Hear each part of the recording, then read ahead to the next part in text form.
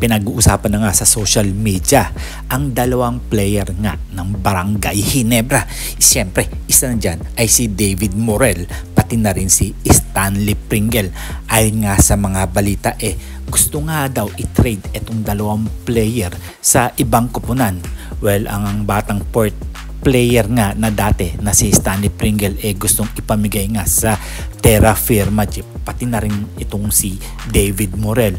Well, mga pare ko ay pinag-uusapan nga dyan na gustong kunin ng Barangay Ginebra na medyo matagal-tagal na nga ay itong si Kaylan Chongson na sasali na nga daw sa draft pick. Well, marami nga nagsasabi na posible na kaya makuha ng Barangay Ginebra ito si Chongson ngayong darating na draft pick. Well, kung ako ang tatanungin kasi sayang naman kung ipamimigay nila itong si Stanley Pringle pati na rin si David Morel. Pero kung iba naman ang gagawin ng Barangay Ginebra staff, wala na tayong magagawa doon.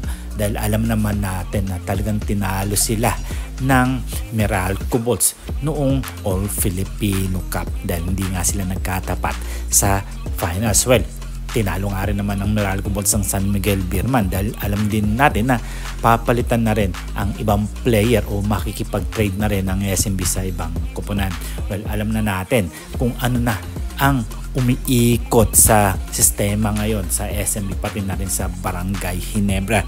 Well, nakakapanghinayang nga itong si Stanley Pringle pati na rin si David Morel dahil hindi nga masyado nagamit itong si Morel, pero gamit na rin itong si Stanley Pringle sa Barangay Ginebra.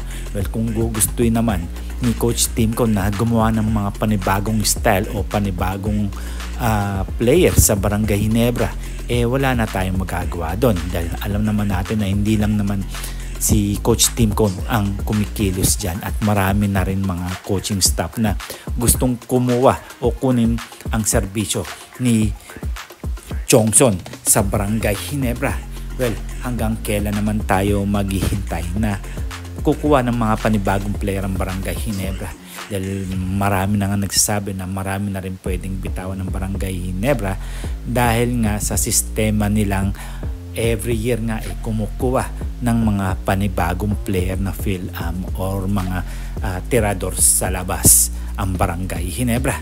Well, kayo, anong masasabi nyo dito? Posible kayang ipamigay si Pringle pati na rin si Morel sa Terra Firma Jeep? Well, kung ako ang tatanungin, medyo malabo-labo pa yan. Well, hintay-hintay lang tayo sa susunod na season at hintay-hintay lang. And this is Tondo Boy Vlogs. I'm out. God bless you all.